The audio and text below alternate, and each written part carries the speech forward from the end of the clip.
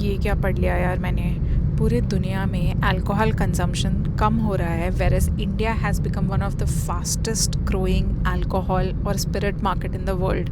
And what is even more surprising is the biggest consumer in the alcohol market is Gen Z. मतलब people who are just passing out from colleges, 21 to 28 years old, they are the biggest, largest consumer in India. 80% of the consumption is by them.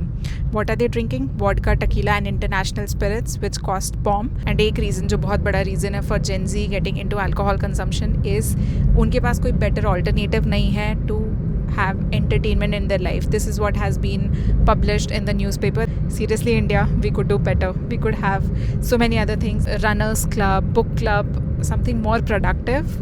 Not judging people who drink alcohol. I personally don't drink, but there's so much more that we can do. So much better we can do with the time that we are spending in clubs and pubs drinking alcohol.